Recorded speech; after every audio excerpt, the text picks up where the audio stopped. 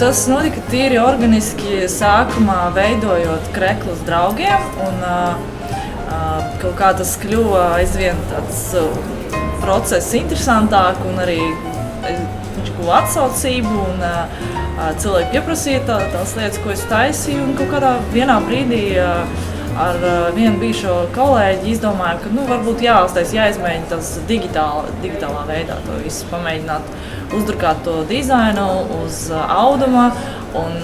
tas varētu būt arī viens no veidiem, kā man tā bija kā turpinājums vai kaut kāds hobijs, ko es darīju ārpus darba un kas sniedz man tādu gandarījumu. Un beigās arī viņš aizrāva tik ļoti, ka tas pārvērtās par biznesu. Sākumā vispār pirmie krekli bija zīmēti ar rokām, ar krāsām, un tas viss tika izmēģināts uz tekstilu, jo es neesmu ar modi nekādā veidā neesmu bijis saistīts, esmu grafiskā dizainere. Un, kad tas pats sākums bija tas, ka viena meitene šuva, es zīmēju tos dizainus, un trešā meitene viņa nodarbojas ar menedžmentu vai vispār to kopīgu kopainu. Bet beigās pēc gada visādi to taustīšanos, un tā bija vērtīga pieredze katrā ziņā, un es sapratu, ka es varu pati to visu pārņemt, un tās meitenes arī viņas aizgāja projām, un ražotnes nebija, bet iespējams es uzskatu par kuku tādu īstu zīmolu sākumu to, kad es atradu šuvēju, kas spēja realizēt, ar kuru mēs spējam sastrādāties, un tas arī bija tāda maza darbnīca sākumā, un tā mēs darbojamies kaut kādu. To sākuma posmu ar to mazo darbnīcu, un tur nebija nekāda milzīga ražotne noteikti nē.